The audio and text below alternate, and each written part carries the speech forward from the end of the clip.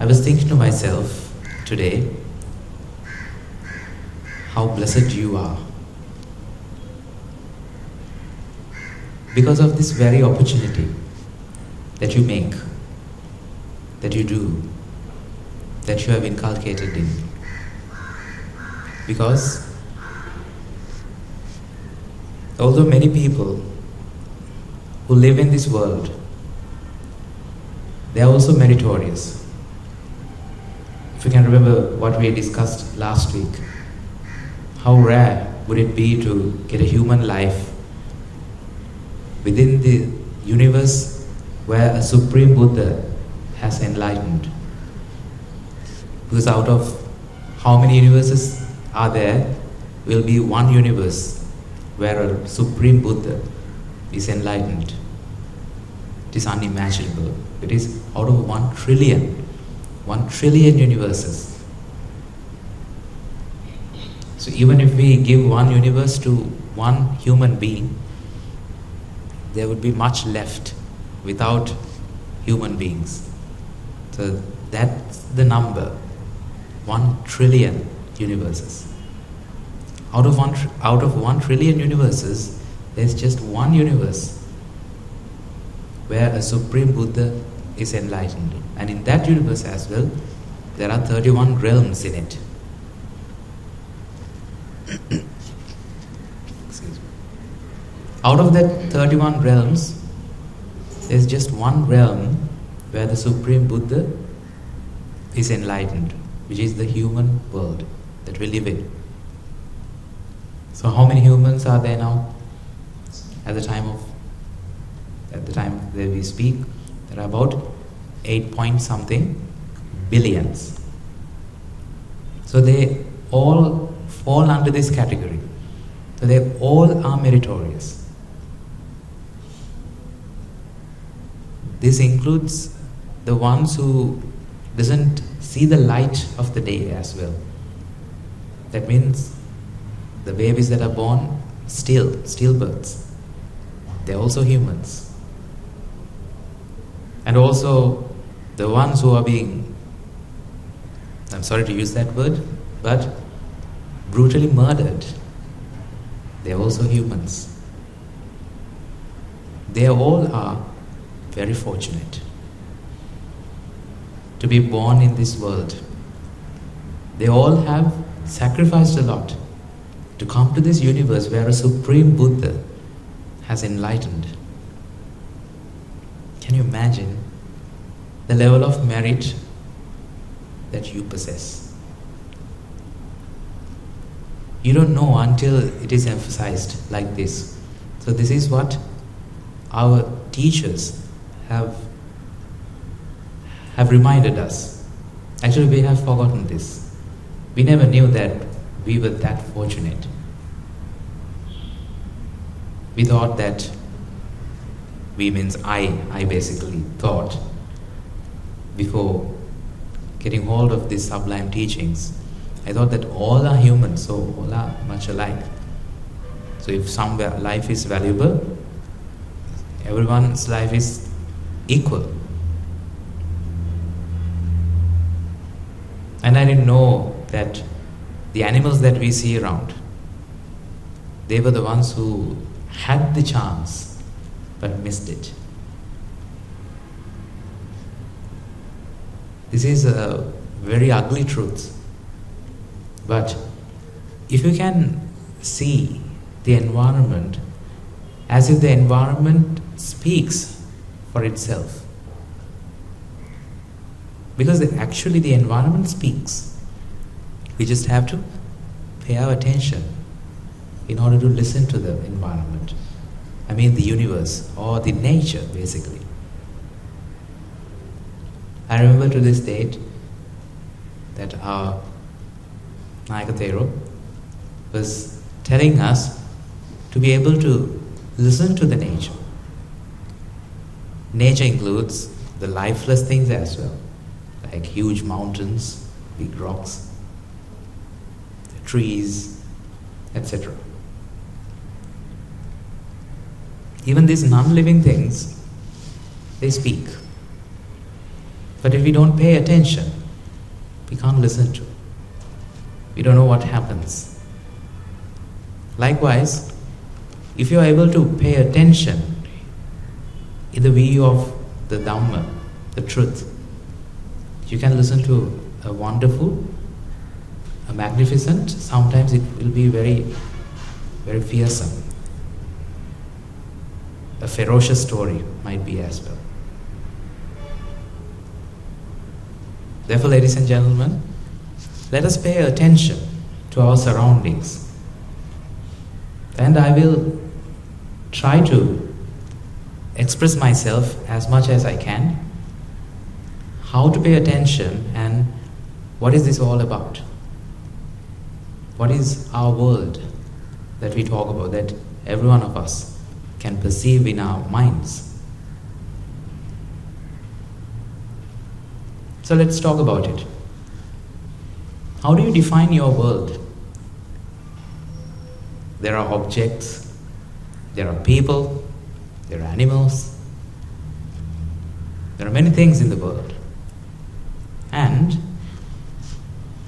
it is very likely that someone would interpret the world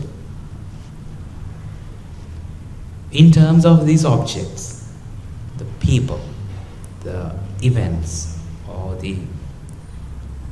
basically your sensations. So you know that your body has 5 basic senses. What are they? Namely, your sight, sound, smell, taste, and touch. So you know, you have learnt this in your biology lessons. So where do you perceive sight? In your eyes. So this sounds like kindergarten lesson to you, right? So you see through your eyes and you listen through your ears. So you have learnt in your kindergarten lessons all these, right? Now, let us analyze whether this is the truth. So when did we learn this lesson? When we were very small, very young, at the age of 3, 4, somewhere around that. So let me revisit the lesson that we have already learned and let us ask some valid questions actually. So you have learned that you see through your eyes, or yes, the eyes are absolutely essential for the sight to happen, there's no doubt about it. But my question is, where does the sight happen? Because many of us believe that the sight happened in our eyes. Right? Do you also believe that? So if that is the truth, that truth should stand these questions. So when you want to find out the truth, if you put some very logical questions at it, the truth should stand. Because if that's the ultimate truth, right? Nothing can be challenged. Nothing can challenge the absolute truth. So let me ask you a question. If you see through your eyes, that means if the sight happens at the eye, right? As we have learnt in our science lessons, so you have dissected the eye, and you have learned the structures which are inside the eye, right? That's a very few cell layered, transparent membrane just in front of the eye, which is called cornea, right? Where you graft. So that is the only graftable structure in the eye. Nothing else can be grafted. So you may have heard about the corneal grafts. And behind that, there's an aqueous humor, that is a liquid, which is completely transparent. And behind that, there's a hole in it, which we refer to as pupil. And there's a muscular structure which makes up that hole. which permits the light to enter, and behind that you have the lens, which is attached to a ring of muscle, a muscular ring, whereby the curvature of the lens is adjusted. And behind that you have the vitreous humor. Before we said it's the aqueous humor, which is another transparent fluid, anterior, or just in front of the lens, and behind the lens it's another transparent, it's like a gel, it's very viscous, and it is called the vitreous humor. And this, we call it an eyeball, right? So this is right behind the lens, comprises the eyeball. And the wall of the eyeball has 3 layers. So the internal most layer is comprised with the light sensitive cells. Those are the neurons. There are 2 types of neurons, the rod cells and the corn cells. So that name has been given because of the histological structure. The rod cells appear as rods. The corn cells appear as cones. The corn cells are receptive to the different frequencies of the light. So there are how many? Okay, that's an interesting question to ask. So before that, let us finish the structure. So these light sensitive cell layer, which we refer to as the retina,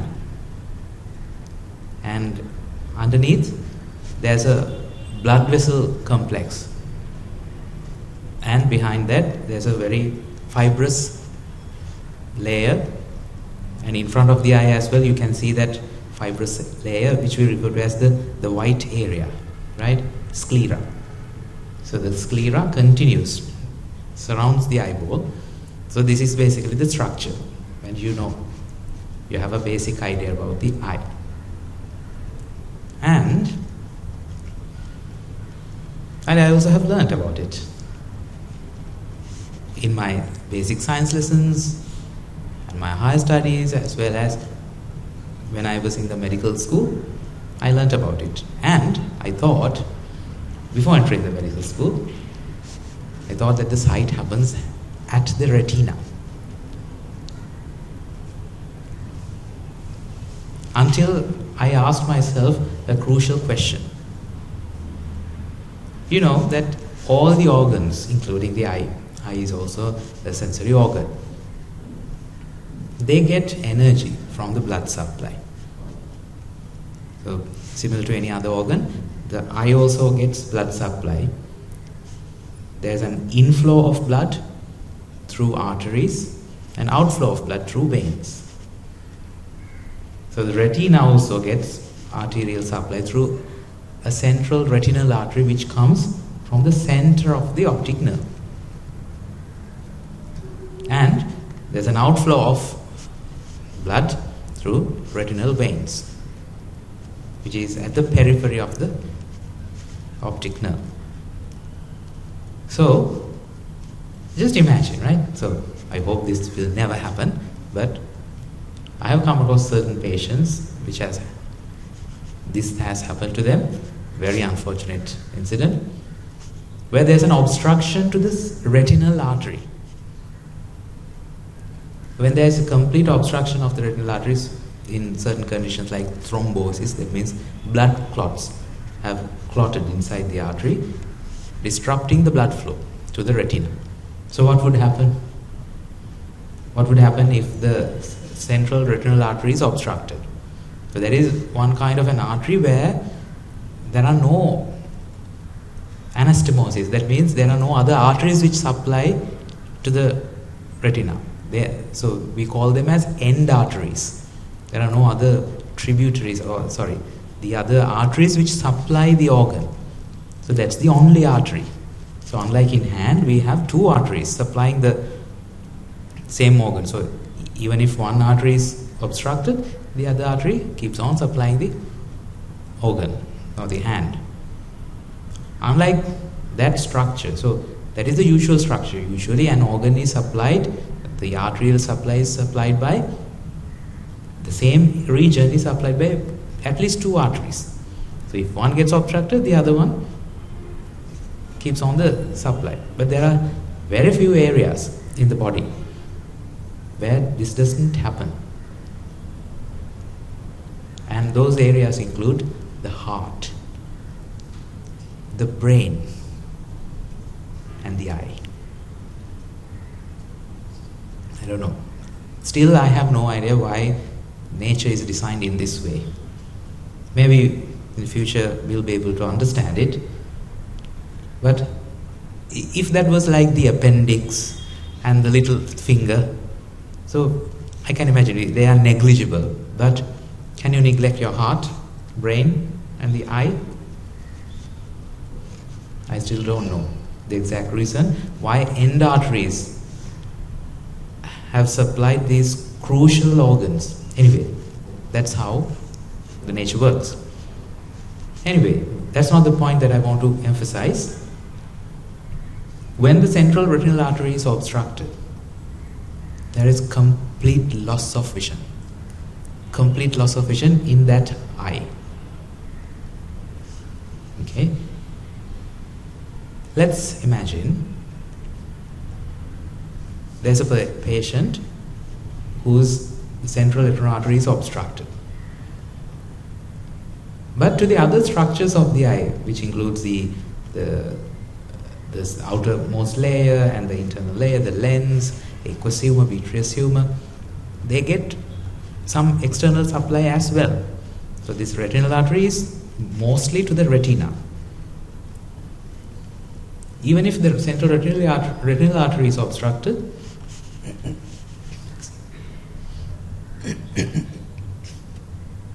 excuse me. If the other arteries continue to supply, the eyeball remains alive. That means the eyeball does not start putrefaction, right? So it will remain alive. But what happens to the internal retina? That cannot be sustained because there's no energy source, there's no blood supply. So the retina starts disintegrating in such patients. So in this case, let us think about a person whose retinal arteries are obstructed bilaterally. That means on both sides, on right eye and left eye. Both retinal arteries are obstructed because of a thrombus or a blood clot. So what will happen? Will the eye be dead? The eyeball, is it going to die? Is it going to putrefy? No, it will remain alive because the other blood supply there's no disruption. But what will happen to the sight? Can such person see? But the eyeball is alive, right? There's nothing wrong with the eye except for the retina is not functional now. Is there anything wrong with the optic nerve and beyond that? Because the optic nerve also gets supplied by other arteries. There's no dysfunction in the optic nerve and beyond, and including the brain. So there's no dysfunction. Just the retinal artery is obstructed. Now, can that person see? So, if you see through your eye, what should happen? I want you to experience this and realize this. So, don't you feel that I see through my eyes? So, there is me inside this body, and I have 2 eyeballs, and I see through my eyes. So, where does the sight happen? Sight happens in the eye. So that is your perception. That has been the way that you have perceived the world, and that is the way that you have interpreted the world. Is it correct? If you see through your eyes, If your eye is working, even if the retina doesn't function, you should be able to see. If the sight happens at the retina, if the sight happens at the retina, you should be able to see. Okay, now let us imagine another case scenario. You know that the retinal cells, or the red cells and rod cells and the corn cells, they have nerve endings which is being transferred through the optic nerve.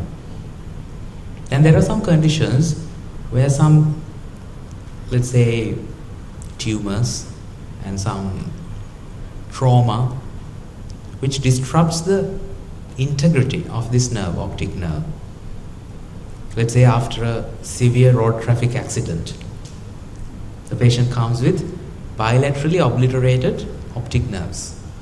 That means both optic nerves are damaged beyond repair, let's imagine. We don't hope so, right? No one would suffer some severe conditions like this, but if once both optic nerves are obliterated, that means compressed, that means nerve signals don't pass through beyond that. But let's imagine the retina is normal. The retina functions normally. So if the sight happens at the retina, shouldn't they be able to see, or should they be able to see? They should be able to see, right? Because the retina is functional. But even if the retina is functional, is there any worth of it if the optic nerve is damaged? No. But if you are under the impression that the sight happened in my retina, I see what the retina sees.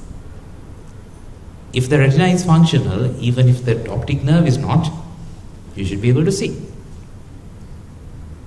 Does it happen like that? No.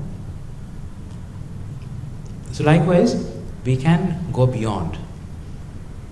And people think, including myself, before I understood this, I thought that the sight happens, okay, it's not at the level of retina, it's not at the level of the optic nerve or the optic chiasma, optic tract, so this is the optic pathway.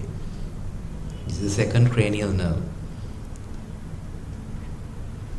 So, where does the sight happen? So that was my question, and I also had an answer back then. What was the answer?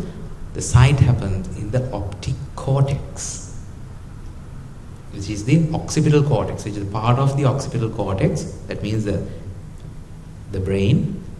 We call it the cerebrum. That's a medical term. So the outer layer, the outer part of the brain, we call it as cortex. And the middle of it we refer to as medulla. So the outer cortex of the occipital cortex, that means right at the behind of your brain, we call it the occipital cortex. So the scientists have discovered that all the sensory, the optic nerves come and they synapse here, which is the truth. There's no doubt about it. And I thought that is where the sight happens. Okay? Do you believe so?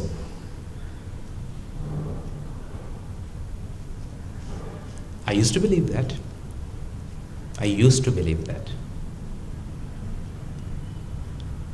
Okay, now let us see. Now let us imagine about a case scenario, a person. Because without using these examples, we cannot understand. So let us imagine there's a person who has lost consciousness. Let's say because of inadequate blood pressure. He has had a syncope, the syncopal attack. That's because not enough blood pressure, there's no enough blood being pumped to the brain, therefore he has lost consciousness and he fell down.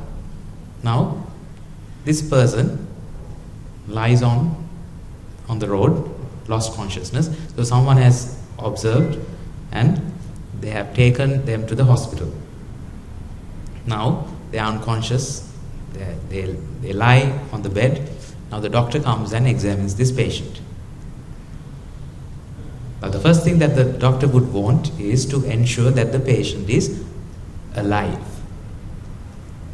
or not. For that, they use they observe certain things in the examination. So the observation that they make during the physical examination, they are called signs. So whether there are any signs of death, if they are absent, that means the patient is alive. So one such sign is the light reflex. So they flash a torch to their eye. So if the patient is unconscious, anyway the eyelids are closed, so they make it open and they flash a torch to their eye.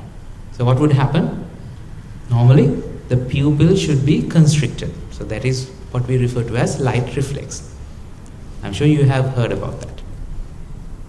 So if the person is alive, that means if the brain is functional, the pupil should constrict. I will tell you how this happens. Because the pupil is not light sensitive.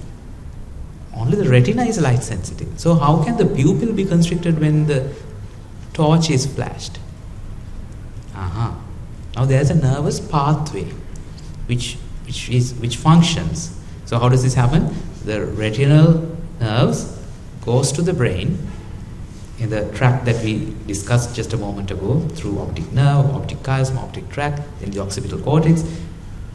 Thereby, there are other pathways. There are other nerves which innervate other cranial nerves, including the third cranial nerve, which is the oculomotor nerve. And ocular means the eyeball. Motor means it moves the eye. So one such branch of the oculomotor nerve innervates this pupil, actually the muscular structure of the pupil. Then the muscles get constricted and pupil becomes smaller. So that pathway has to be intact. Otherwise, if it is disrupted, what will happen? The light reflex will be absent. Because it's a serial pathway, it's not a parallel pathway. That means if some pathway is broken, can it be bypassed? No bypass is possible because it's a serial pathway. From retina to optic nerve to optic chiasm, then tract, then the occipital cortex, then the third cranial nerve, and the branch to the muscular structure of the pupil. Likewise, so there's a serial pathway. Just by the fact, the presence of the light reflex, if the light reflex is present in this patient, what can you say? The whole pathway is functional. Can you say the other way around? Can you say, if the light reflex is absent, can you pinpoint and say, this is where the pathway is interrupted? No. The interruption could be anywhere. It could be right at the retina, it could be at the optic nerve, optic chiasma, optic tract, the brain, the oculomotor nerve, anywhere. You can't do the other way around. But if the light reflex is present, there's no other way, but the whole pathway has to be intact because it's a serial pathway. Are you with me? Okay. Now, for this to happen, for the light reflex to be present, that means the nervous impulses has to be passed through the brain right to the optic cortex, that means occipital cortex. Now, what do you imagine for this unconscious patient, for him to lose his eye reflexes or not? So they are not dead, right? So if this eye reflex, the presence of eye reflex, if it confirms life. What can you think about the unconscious patient? Are they dead? No. Therefore, the eye reflexes happen, confirming that the blood supply to the brain and the nervous pathways are intact. But he is unconscious. If the sight happens at the occipital cortex, if the sight happens at the brain, what did you observe in this patient? The nervous impulses went right through the occipital cortex, the brain. So if the sight happens in the brain, should they be able to see or shouldn't they be able to see? They should be able to see. Then what should we do? We should wait until he regains the consciousness, and we should ask him, hello, did you see the light that was flashed to your eye when the doctor examined you? What would they see? What would they say? They would ask, what doctor are you talking about? What light? Would they have seen it? They wouldn't have seen it. Why? Because they were unconscious, simple as that. But what do you think about your hypothesis? If you are able to see through your brain, doesn't matter even whether you are conscious or unconscious, you should be able to see if the impulses come to the brain. So these observations confirm that, I don't know, it's not my duty to confirm something, right? You should come up with the conclusion. Where does the sight happen? What do you think about the hypothesis that what we thought, that the sight happens right in our brain? If the sight happens in the brain, if the nervous impulses goes to the brain, whether it's a matter of fact that it takes only few seconds, a fraction of a second to come, the nervous impulse to arrive at the brain, but does it confirm the sight? Does it perceive? Does it give the perception of the sight? No. Something more is important. What is that? The consciousness, where this unconscious patient did not have. So how do you define consciousness? This is a very grey area to all the scientists. Therefore, they have come up with different scales and systems where they can comment about the levels of consciousness. One such scale that comes in medicine is called as Glasgow Coma Scale. So it's a coma scale, which you can calculate the consciousness or the higher functions with the responses that the patient gives to the eye opening, the speech, and the muscular contraction. So the full mark includes 15 by 15, right? And the lowest mark is 3 by 15. Even a dead body has 3 marks. So that is the Glasgow Coma Scale, which is an objective measurement of any body. Body in the sense the physical body, not any body. So, but still, what is consciousness? It is very hard to give a clear-cut, solid definition for this term, consciousness. Sometimes we may refer to it as eye consciousness. It means the sight. Right? What do you mean by this? And where does it happen?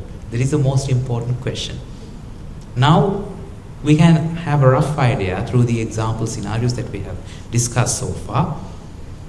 The sight cannot happen at the level of brain. Something more is important. Something more should have happened. What is it? Exactly. Right? So this is where the mind comes to play. its own job, which is the perception, the experience. So now we have understood that all these pathways, that the neural pathways that we have discussed so far, they are important. Because without them, there's no way that you can perceive that is true. But that's not the only part. That is what we have understood. Without the consciousness, you cannot experience it.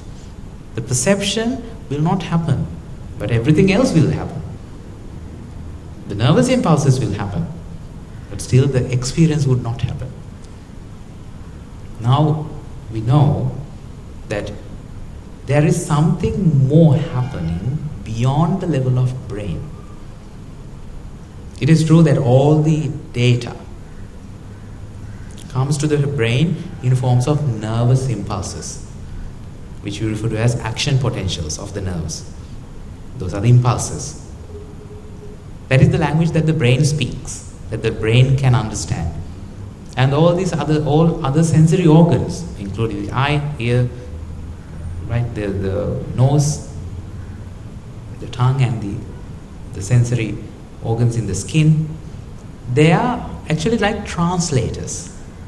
They translate some physical input to a nervous impulse where the brain can understand.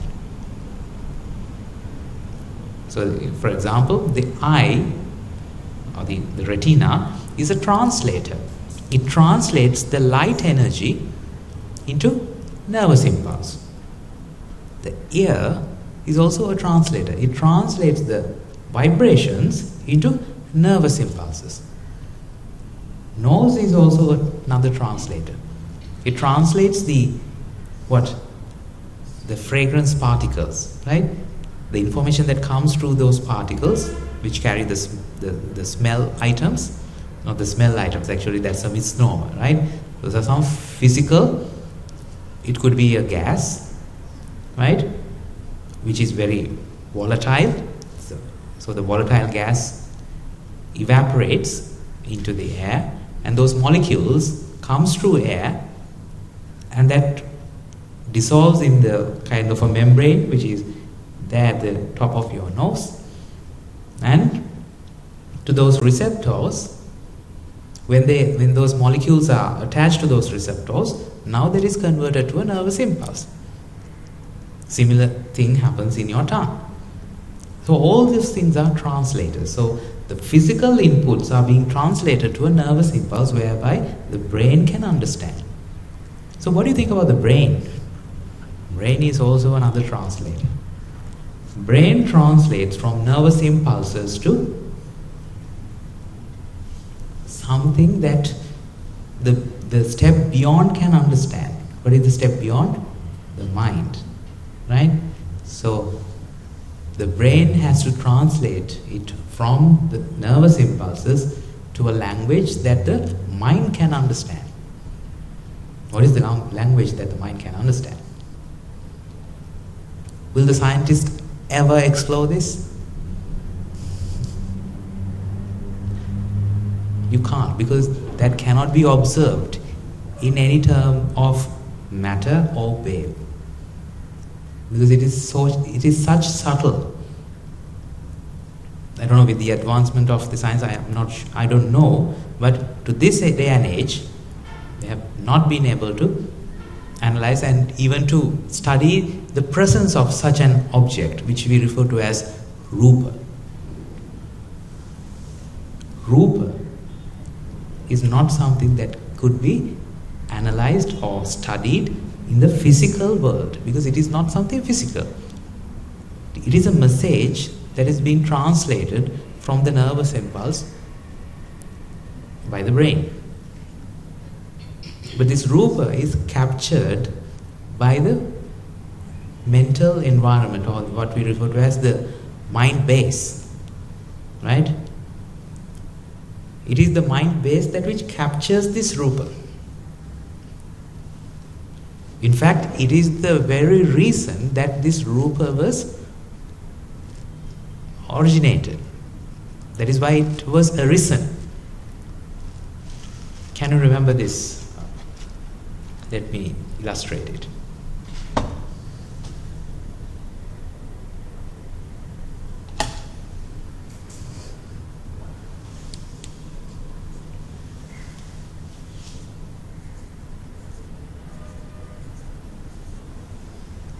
What is this?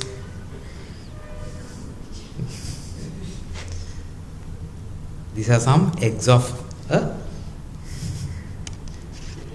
frog. Yes, this is the karmic strand. I'm sure all of you know and you're familiar with it. So, does it look like this? Where is it? Have you seen it? Is it round in shape? No, this is just a schematic representation, right? This is an abstract idea. So, this is one way of describing it. This is not the only way. I hope you understand. So these are energy packets. In each packet, there is some stored energy, which we refer to as karma. Karma is a form of energy. When it is uploaded only, when we refer to it as karma. When the same energy is downloaded, we refer to it as vipaka. But it's the same energy. But there are two processes. It's like when you are uploading a certain file to your cloud server, right? Does it become a different file when you upload and when you download? No, it's the same file, it's the same data. Likewise, when this energy is being uploaded, we refer it to as karma. And we can make use of this energy as well. So this energy packet has to rupture. And the energy can be utilized. And that process is called the vipaka process. Right? I'm trying to define these terms rather than giving an English counterpart, because there are no such words in English. I'm so sorry. Therefore, let us vitalize these Pali terms in English.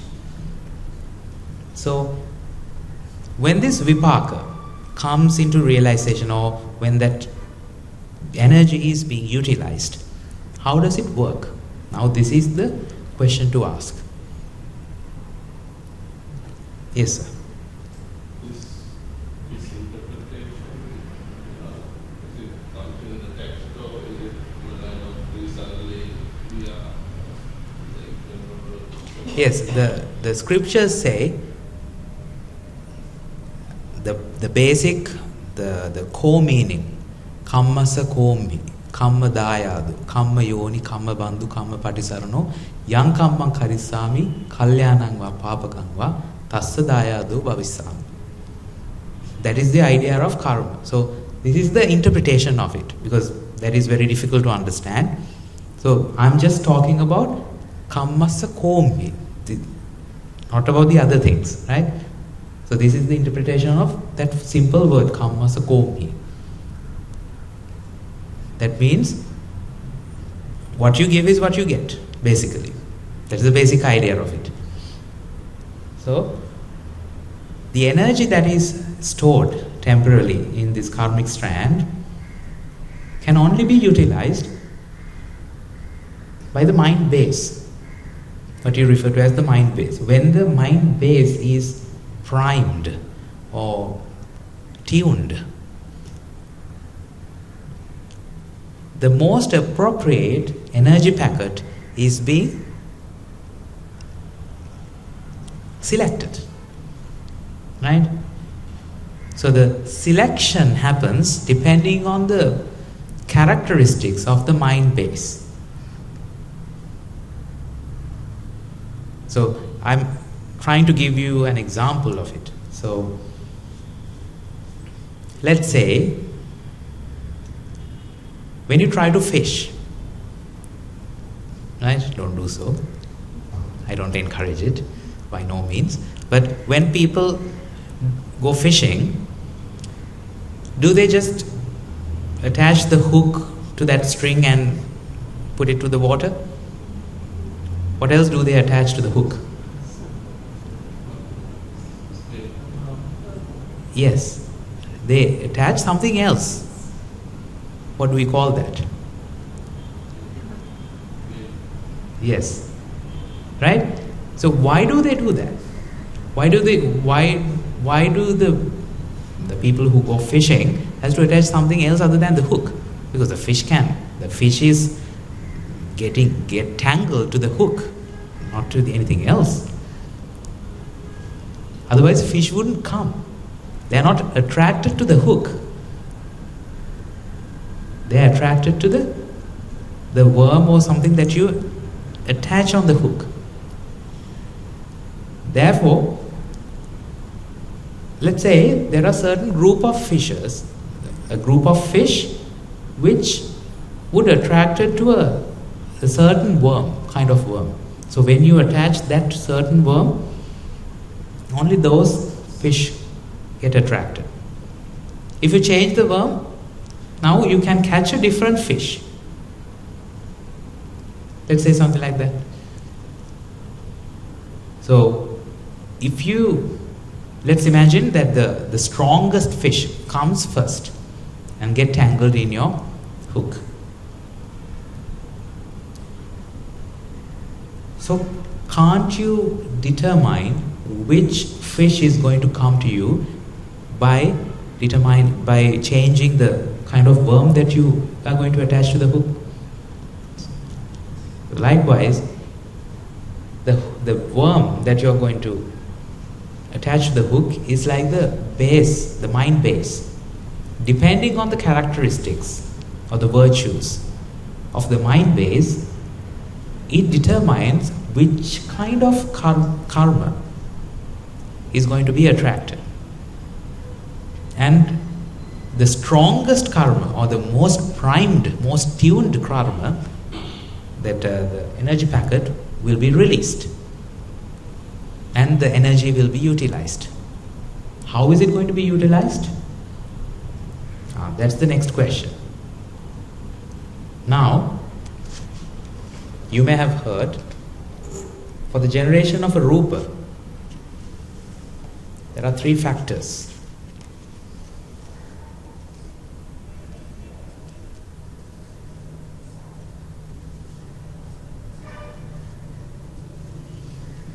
What is this formula?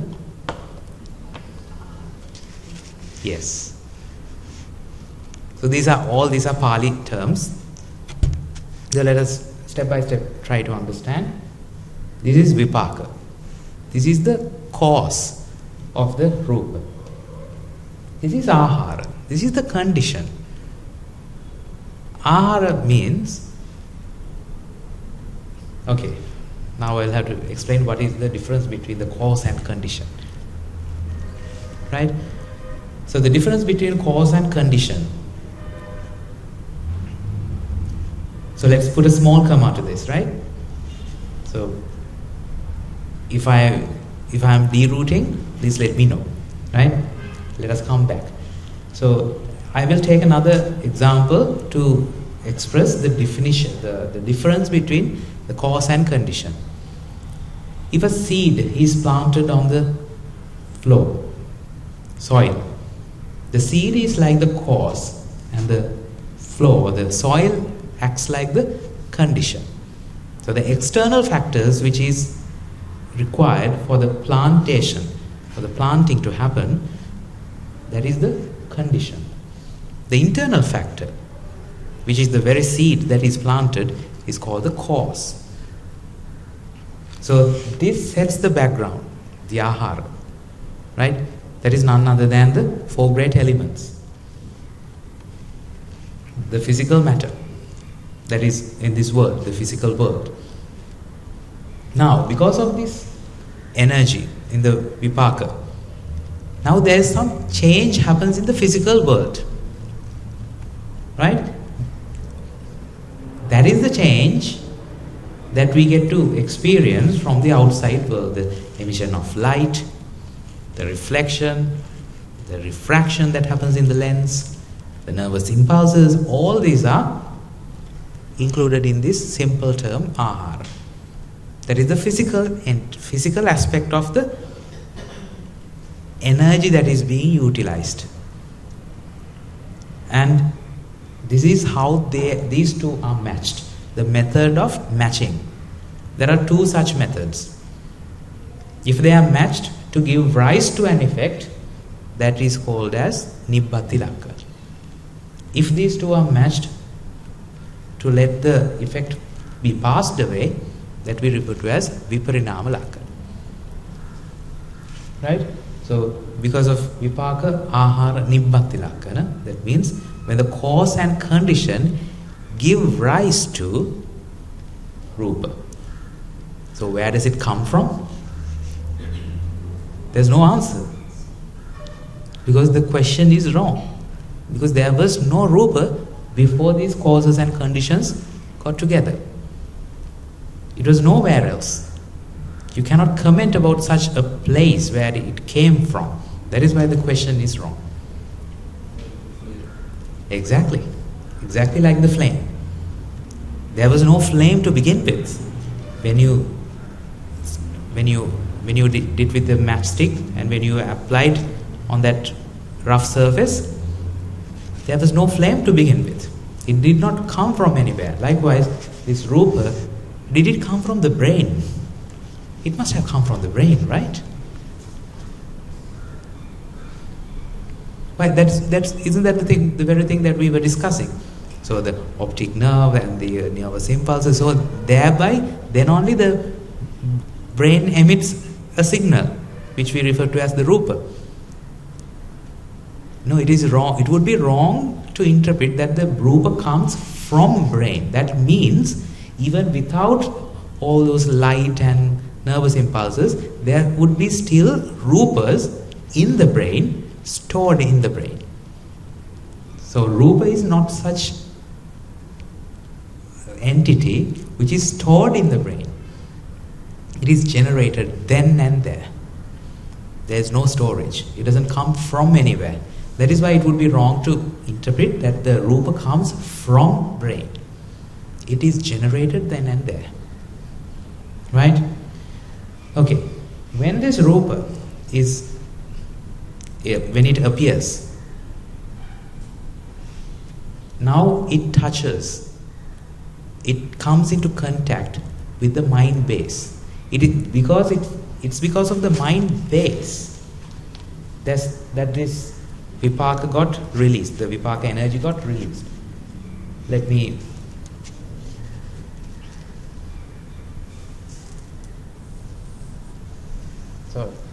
say this. Okay, I'm sorry. Yes. Okay, thank you. So, let us say that this is the mind base. It is because of this, the qualities, the characteristic of this mind base, that let's imagine this energy packet was released.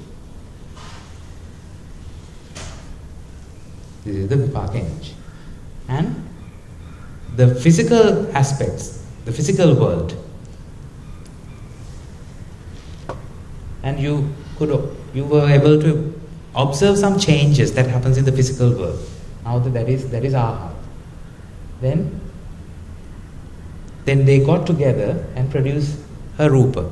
It is like when the energy is released, it is released to the atmosphere of physical world. And they intermingle. The energy gets intermingled with the physical matter and produce, or it changes into a Rupa. Now what comes into contact with the mind base is not just the Vipaka, but the effect of Ahara and Nibbāna, which is the Rupa. Now the Rupa comes into contact. Now this is the contact. Write it as C. Right? And in fact there's another, the technical term in Pali, which we refer to as phassa, contact. Because of this contact, another process happens. For example, when the two palms are collided with each other, it produces a sound. And this sound has three qualities. We have learned that in our physics lessons. What are they? The amplitude, the pitch, and the timbre. right? So does the collision produce, firstly it produces amplitude, then it produces a pitch? Does it happen like that? Or they are the three qualities of the same vibration? So the vibration could be analyzed in these terms, in terms of amplitude, the pitch or the frequency of the vibration, and the timbre, the sound quality. Likewise, this contact produces something known as nama. And there are three such namas.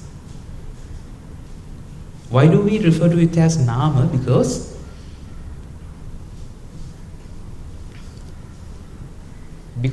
it cannot be defined in terms of any rupa. There's no physical aspect to it. You will understand when I give you an example. For example, let's say that now you are all by yourself at home. Now someone comes and knock at your door. Now do you know who they are? No, you still don't know. But you heard the sound of knocking. So you identified that someone is at the door, or you detected, or you heard the doorbell. Just by listening to the sound of the doorbell, otherwise the doorbell doesn't ring it by itself, right? The only reason why the doorbell to ring, for someone to come to your door and they want to check whether someone is inside the house. That is the only reason why the doorbell should go. Therefore, by listening to the sound of the doorbell or the knocking at your door, you have detected that someone is at the door.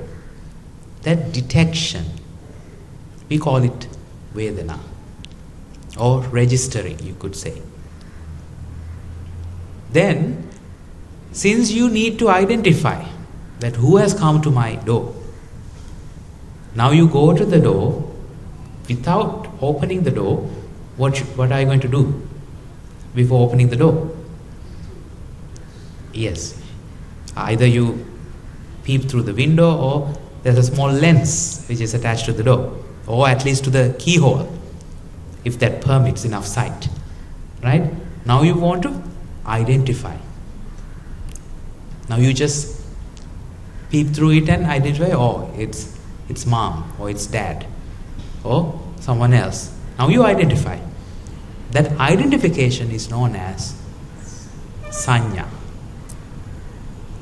So this base of the mind detects and identifies the rupa. This detection and identification process is referred to as the process of chitta.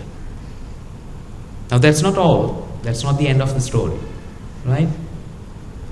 With this detection and identification, they are known as nama, which gets registered into the memory, which we refer to as nama gotta. Gotta in the sense that means there's a log. It's like a database. There's a log of nama. That is why it is referred to as nama gotta. When this nama gets registered or gets copied in the database of nama gotta, now there's still the data that is stored in nama gotta, that doesn't decay. That is the special feature of nama gotta. It doesn't decay. But these detection and identification, this nama, that decays with the mind itself. Now what happens? Now there's another process that happens to combine the nama with rupa. Okay, let me illustrate it.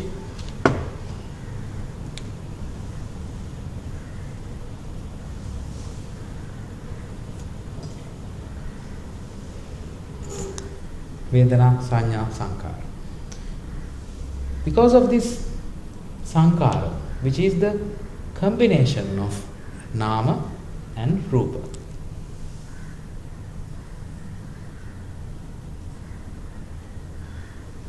this combining process is referred to as sankhara. As a result of this combining process,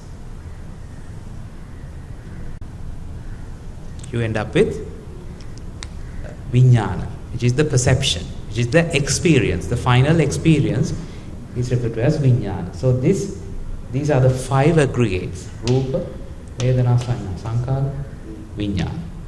So this process is referred to as a chitta. So this is where the sight happens.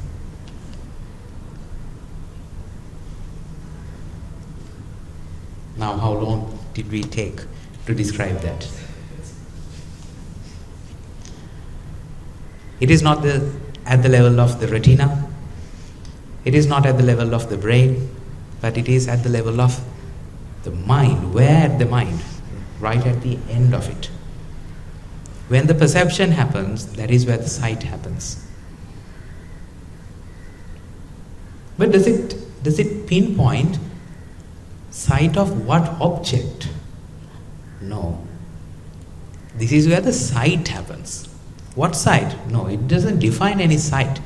Sight. Now, what is the world that you see? Do you experience sight, or do you experience the sight of some object?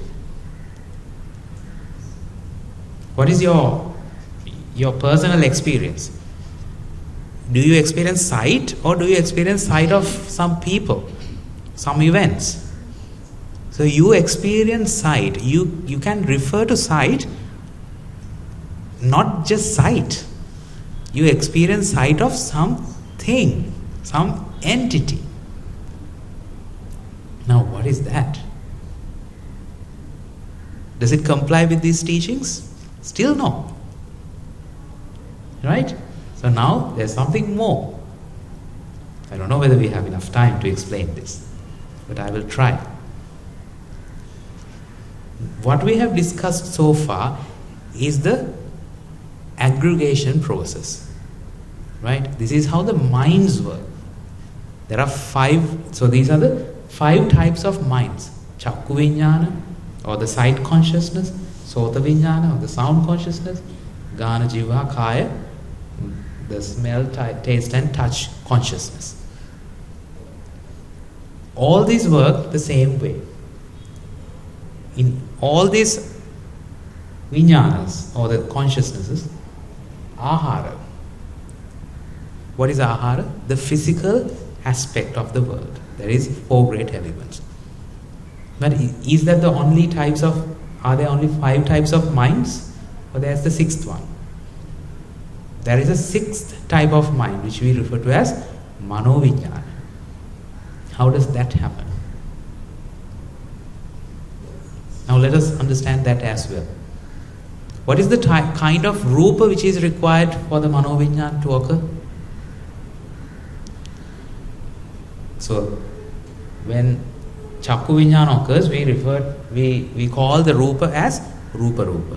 When a soda vijnana occurs, we call this rupa as saddha rupa. When ghana vijnana, what is it? The smell, the gandha rupa, yes. Then the rasa rupa, pottabha rupa, right? Jiva, kaya, vijnana. Likewise, when mano vijnana happens, what kind of rupa should be there? It's called Dhamma rupa, right? Now, Dhamma rupa is also another rupa. It should also have vipaka, ahara, nibbāna. So it also comes as a result of another vipaka.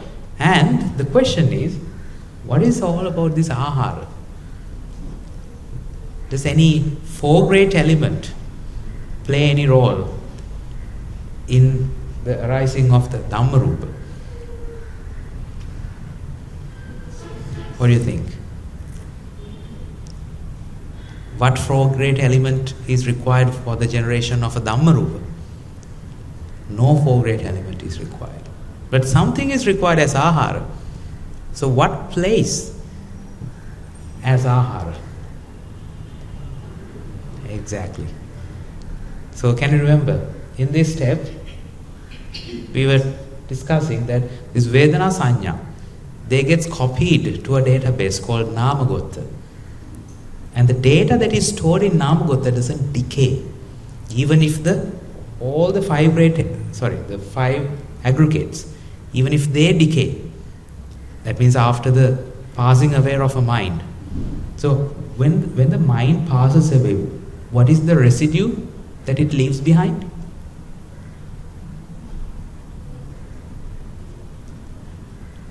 I mean, let's not take that as a residue, right? Because that is an impression. So what part? So how many parts are there in one mind? 5 parts, the 5 aggregates. Which part is left over when the mind is passed away? No part is left over. Everything is passed away. It doesn't leave behind any residue. Therefore, can you access this kind of data when the mind is passed away? No. All this data is lost. Now, what is the only available data? That is stored in the Namagotta. Therefore, this mind base can attract the data that is stored in the Namagotta with the use of this. So the Namagotta plays as ahara in the generation of a Dhamma Rupa. Thereby, millions and millions of data gets compressed and get aggregated, and they culminate in generation of one Dhamma Rupa. So one Dhamma Rupa has the data of millions and millions of minds, right? Not just one packet of data from just one mind. Now it can access the data of millions of minds. Now, did you get an idea? Okay. Now let's say that when you have an ice cream, while you're having an ice cream, you can see the ice cream as well. If there's a smell, you get the smell of the ice cream as well. And you get the touch as well. And if the cold, you can feel in your mouth as well. So the sight, the ice cream doesn't sing so that you don't hear any sound, right?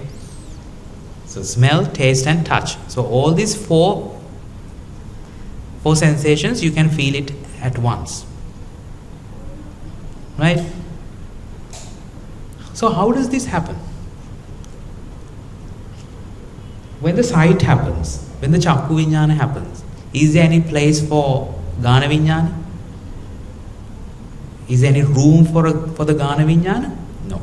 Just the Chakku Viññāna happens. When the Gāna Viññāna, or when you get the aroma, when you get the smell of the ice cream, is there any place for Chakku Viññāna? Will you be able to see the ice cream? No. When you taste it, when the Jivha Viññāna is activated, is there any place for Chakku Viññāna or Gāna Viññāna? There is no place. So minds occur separately, as separate processes. If that's the case, how should you experience the ice cream? First you should see the ice cream. Then you should smell the ice cream. Now when you smell it, you can't see the ice cream. Then when you have finished smelling the ice cream, then you taste the ice cream. Now you can't see the ice cream and smell the ice cream, just tasting the ice cream. Next you feel the coldness. Now you can see, smell or taste the ice cream. Is that the way how you experience the ice cream? If that is so, would you call it an ice cream? Now there's an ice cream you can't touch. When you try to touch it, you don't feel anything. Now there's an ice cream, when you take it and put in your mouth, it doesn't taste anything. It's like air. It's like when you're eating air, when you're eating nothing. You would think it as a joke. would you call it an ice cream? No, absolutely not. So, what do you call as an ice cream? All this data has to come together. The sight, smell, taste and touch, all of them have to come together for you to call it an ice cream. But we have learned that will never happen. Chakku viññāna, gāna viññāna, jīva viññāna and kāya viññāna will not occur together. But don't you feel so? Don't you feel as if all of them occur together? How does this happen? Now you know the answer. Because in Chakku viññāna, gāna viññāna, jīva viññāna and kāya viññāna, they left this nama in the nama gotta. Now, into the next mano viññāna, this data could be accessible. Or in other words, those namas get compressed and aggregated together and form a Dhamma Rupa, which comes into contact with the mind base and creates a viññāna or the perception. Perception as if all those sight, smell, taste and touch occurring right now. But do they occur now? No, they have already occurred millions of minds ago. They actually came into realization maybe millions of minds ago. But it is experienced as if all of them happen right now. Now, that kind of perception you refer it to as the ice cream. Now let me ask a question, very crucial one. Now, when you have seen the ice cream in the Chakku viññāna, is it the ice cream that you saw? Did you perceive an ice cream? Or is it just a sight? Later on only, you made use of that data to interpret what an ice cream was. So the perception of an ice cream came much later. Much later to all those perceptions of sight, smell, taste and touch. So which came first? Sight, smell, taste and touch came first, or the ice cream came first? The sight, smell, taste and touch came first. Making use of that data only, you aggregated the data and created, not you actually, they have created, right? Because that is how the mind works. A separate perception was created as if all those data happens right now. That is the perception that you refer to as an ice cream. So the ice cream came much later to all these minds. Chakku and Gāna, Jivha and Kāya viññānas. The sight, smell, taste and touch. Those are the 4 types of viññānas. But they are not just 4 viññānas, maybe millions of viññānas. Right? But the perception of an ice cream came much later to all those perceptions. Are you with me? Okay, now tell me. The taste that you get when you are having an ice cream, is that the taste of an ice cream? Is that the taste of the ice cream? Or is that the ice cream that the taste gives rise to?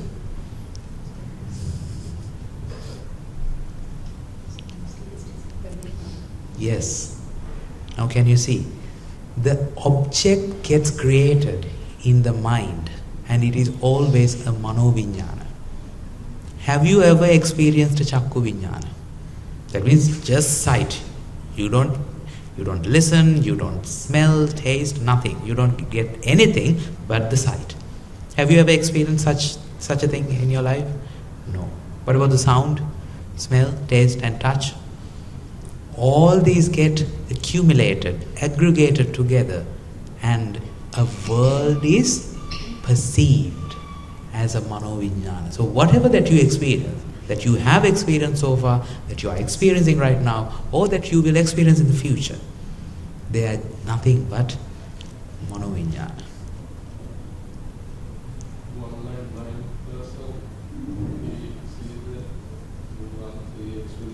Exactly, the same way. Right? Even the blind people can perceive something as their world. So where are those objects? This is where those objects get created. Are these objects? So is this an ice cream or a perception? Does this perception become an ice cream suddenly? Now can you realize the truth? What do you think about your son, your daughter? Where are they now? They should be at home, right? Or they might be studying. Where is your home? Where are you right now? Now can you identify and understand? Can you realize where your world gets created? And you have an idea that the world is already created and I am living in the already created world. That is not the truth. Dear people, come into realization. The world that you live in is fraud. But that doesn't mean that the perception of such world is also fraud. That is true. That is the reality. The perception of the world that you live in is the absolute truth. There's no doubt about it. But that is just a perception. That is not a world. So, similarly, did you get an ice cream or did you get a perception of an ice cream? You got a perception of an ice cream. So, why did you go to the supermarket to buy it then? Did the supermarket say, we are going to sell perceptions? So 1 kilo of perception is this much. Have you ever seen supermarkets selling perceptions? So why did you go and buy it? I'm not criticizing, right? So I'm just asking some rhetorical questions to you for you to realize this truth. Other than I'm not saying that you should not eat ice cream. That is not the point I'm trying to emphasize here. I hope you understand. It's okay to eat an ice cream with an understanding, right? So otherwise you are harming yourself, you are harming your own mind by interpreting the world in the wrong way. Therefore the next time that you eat an ice cream, eat it mindfully. Be aware mindfully. Is it the taste of an ice cream or is it an ice cream of the taste?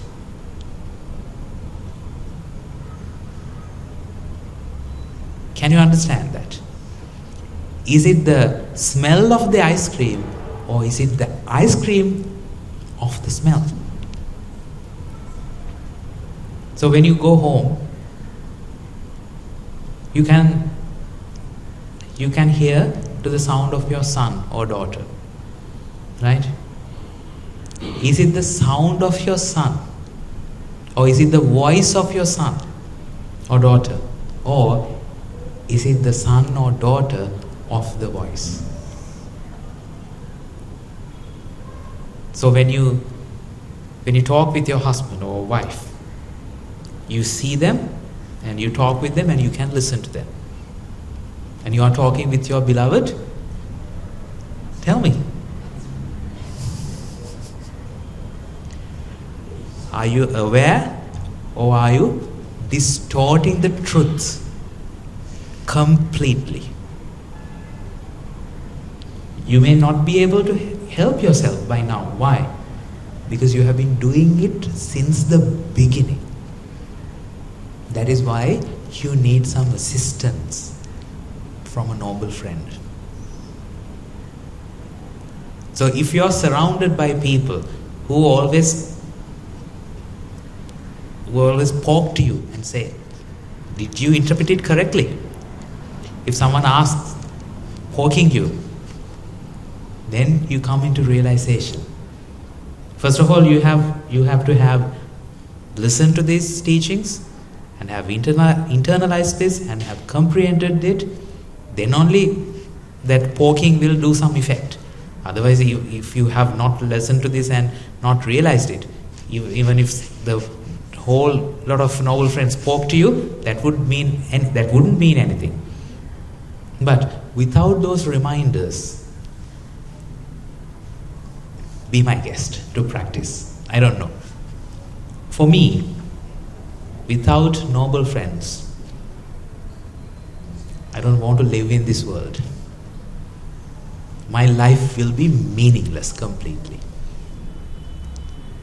If I give some value to my life, why do I give that value? Because I get the noble association. If I don't get the noble association from my teachers, from my noble friends, what's the point?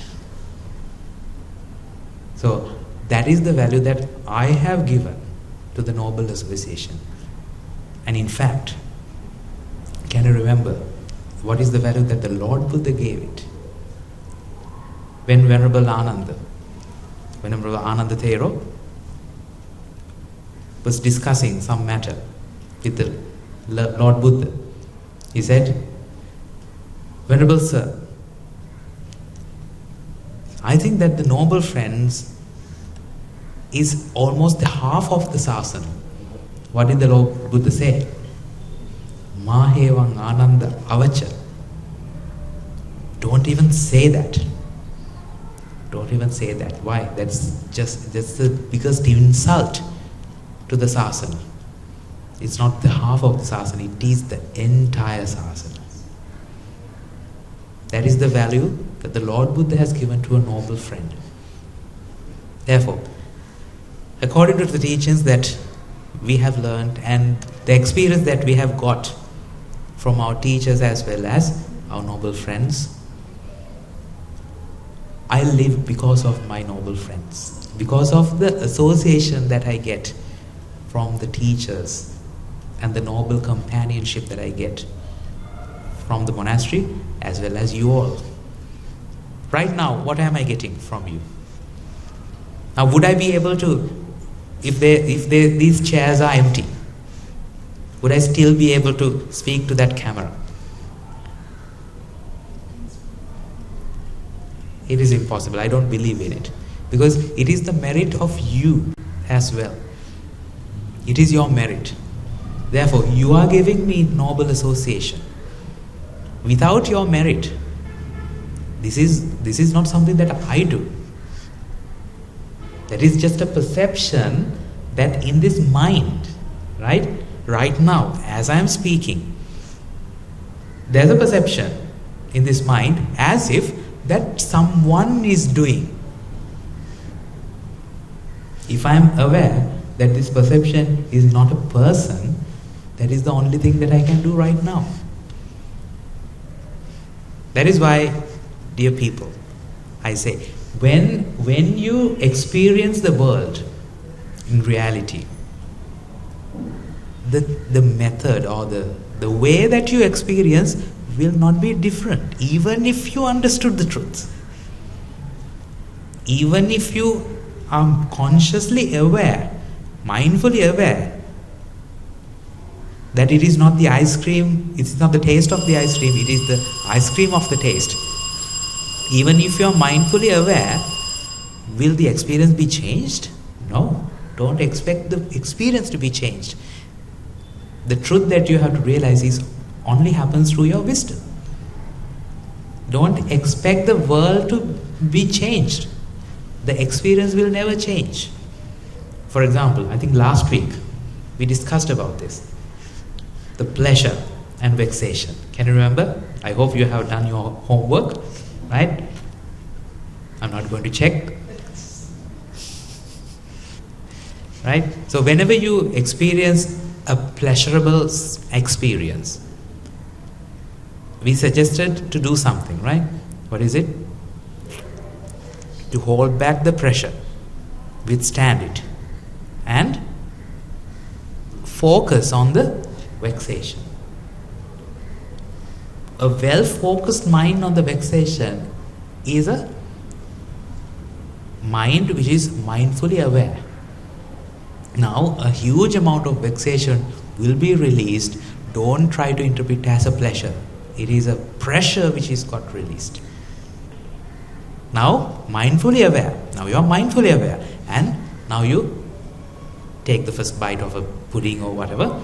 Now that huge vexation will be released. At the time of that release, what will you experience? Will you experience a huge vexation? No. You still experience the same experience. I wouldn't call it a pleasure because now it's a different interpretation, right? But would the experience be changed? No. It's the same experience. But now you know that it is not a separate pleasure which you used to experience or which you used to interpret. Now what has changed now? Is the experience changed? No, it is exactly the same experience. But the interpretation is completely different. Right? The same way. What we discussed today. It is the same ice cream that you eat. It is nothing special. The same ice cream, but the way that you interpret the ice cream is completely different. So what is the difference? It's not an object that you experience. And the object does not have sight, sound, smell, taste and touch. Then what has sight, sound, smell, taste and touch? You see, now it is an unanswerable question because the question itself is wrong. Nothing has the sight, sound, smell, taste and touch because sight, sound, smell, taste and touch are effects which gets created then and there. So that is what we discussed in the aggregation process. Sight. Sight of what? Do you have an answer? So, Chakku Viññāna. Of what?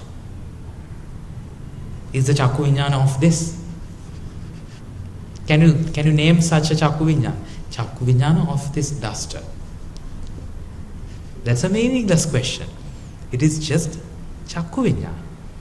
Sota Viññāna, Gana Viññāna, Jiva Viññāna, Kaya Viññāna. Likewise, the minds occur. Then, what gets created? The data of those minds get arranged in different portions or different arrangements. Right? So there are different recipes, right? Why are there thousands and millions of recipes? Because the same ingredients could be mixed in different proportions. Likewise, how many monoviññānas would be there? There are different,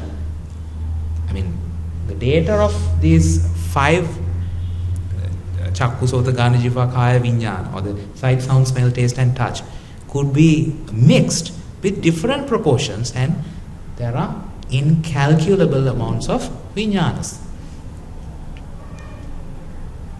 That is why there is diversity in this world.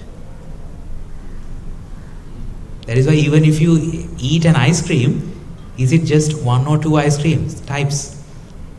That is why there are carnivals of ice cream.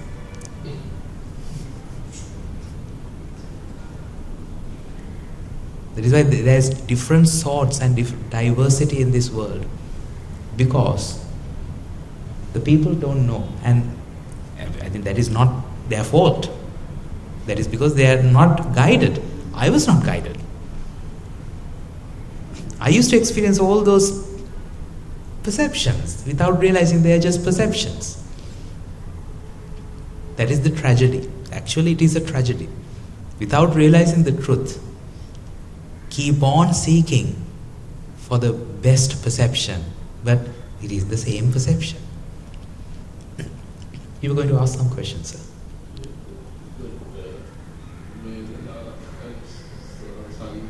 Yes. Are we carrying it with the Colombo and the samsara? Like, is it so consider it as a memory. which doesn't decay. Right? There's no person to carry it. Right? It will be there. So, even the Namagotra of the Supreme Buddha Deepankara, that is still there, which is accessible to the infinite wisdom of a Supreme Buddha. That is how the Supreme Buddha was able to disclose that story. This is what happens in front of the Supreme Buddha Deepankara. We may not be able to access them, but they are there. It doesn't decay. Rupam jirati majjana. Namagottam najirati. Namagottam najirati, which means it doesn't decay. Namagotta doesn't decay. But this Rupam jirati majjana. It decays. Not only Rupa, Vedana Sanya Sankara Vijnana, everything decays. So, try to interpret the world. Not only the ice cream that you eat, that is why I told. What do you think about your home that you live in? Where is it? If you have an answer, it's at Colombo. Right? If you get this answer, now you have answered to a wrong question. Now you have interpreted this perception as an object or an entity. It's a perception of an object, that is true. But what is it? Is it an object or a perception? It is a perception of an object or a person. So if you perceive an object or if you perceive a person, does it become a person? Does it become an object? No, it still is a perception. That is why when you watch a movie, right, there are pixels of displaying different colors.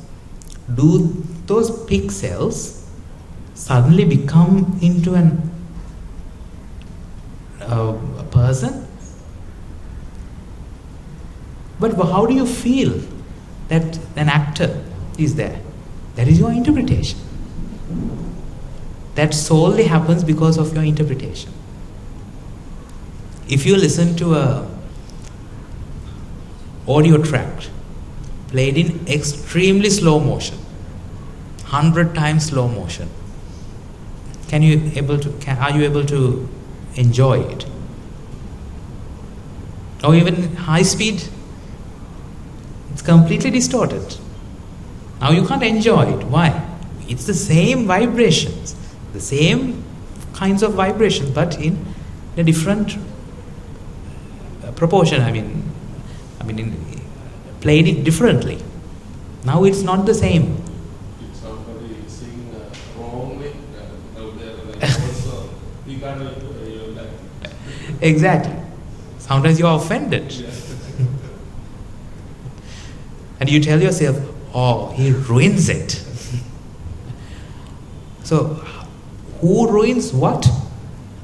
Can you understand? Now those are entitification of the perceptions. What is a song after all? Where is the song? Tell me. Is the song in the vibration? Is the song in the ear or the nervous impulse or the rupa, vedana, sanya, sankara, vijnana? That means sota vijnana. Is a song embedded in a sota vijnana? That is just one unit of data, a datum. Is that the song? That is just either 0 or 1. One simple data. That is not the song. All that data gets accumulated and compressed and aggregated together, then forms a mano-vijnana. That is the song. Is that the song or is that the perception of a song?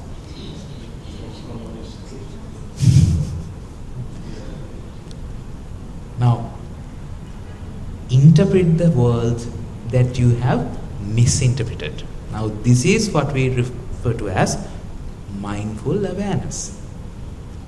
It's no big deal. It's very simple, yet very subtle, extremely subtle. The subtlety of it can be captured to the wisdom, not to any other organ, sensory organs. It can only be captured through the wisdom.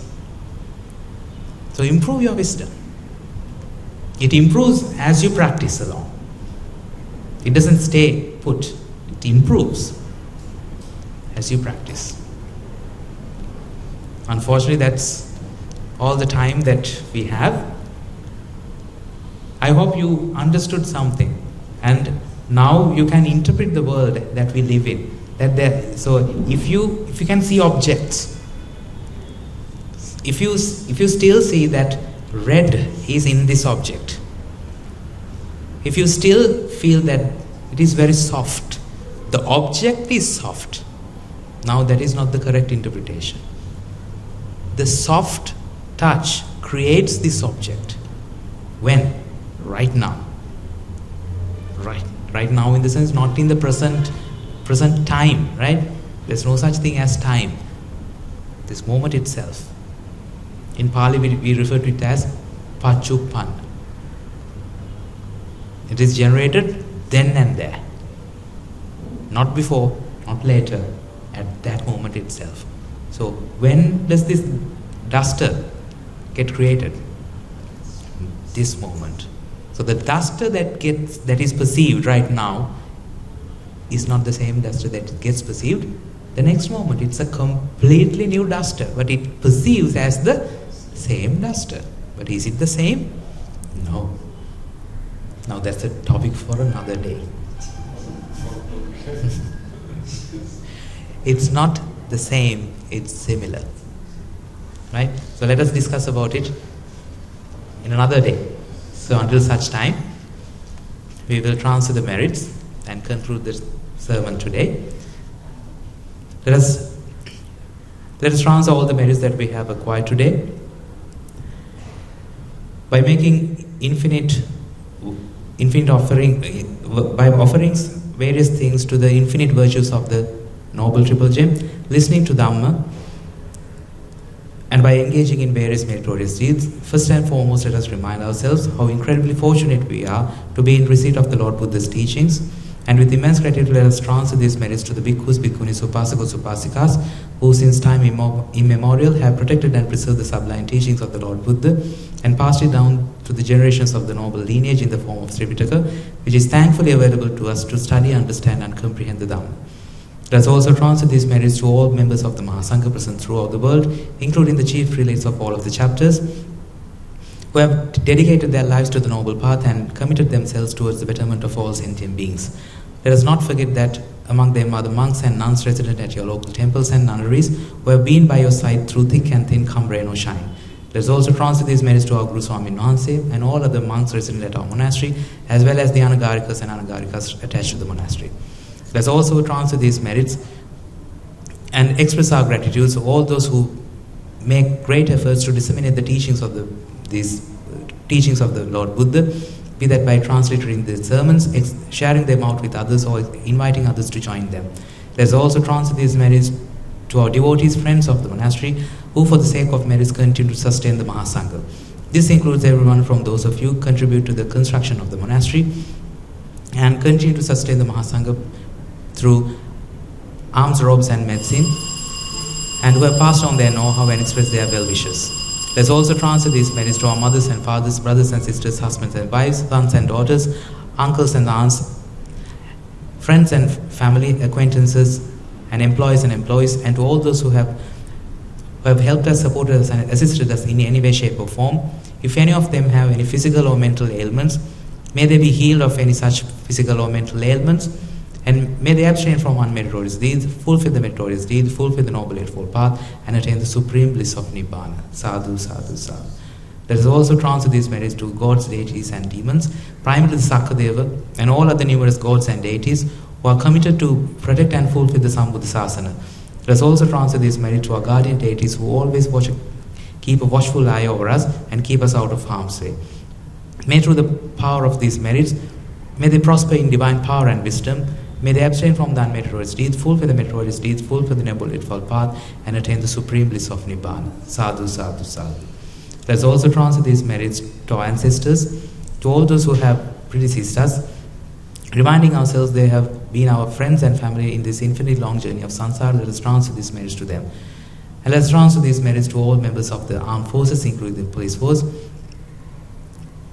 who keeps and maintains the peace and harmony of our nation. May all those people who lost their lives at war, be they friend or foe, rejoice in the merits that we have acquired today. Let's also transfer these merits to all those who lost their lives in natural calamities such as tsunamis, earthquakes, landslides, and pandemics, reminding ourselves that among them are those who have been our friends and family to us in this infinitely long journey of samsara. Let us transfer these merits to them. May through the power and blessings of the merits that we have acquired today, if any of them have been born in the woeful plane, may they redeem themselves from the woeful planes and be born in the blissful planes. May they abstain from unmeritorious deeds, fulfill the meritorious deeds, fulfill the Noble Eightfold Path, and attain the supreme bliss of Nibbāna. Sadhu, sadhu, sadhu. And finally, with the blessings and with the power of all the merits that we have acquired, let us firmly resolve that let us witness the advent of many hundreds and thousands of Arihants on this blessed land itself, and may you and I and everyone who have contributed to the success of this program be an Ariyatun Vahanse or Ariyat Menin Vahanse in this life itself and in the era of the Supreme Buddha itself. Sadhu, sadhu, sadhu. May the blessings of the Noble Triple Gem be with you all. Abhivadana Silissa Niccang Vaddhapachayino Chattaro Dhamma Vaddhanti Ayuhanno Sukham Balan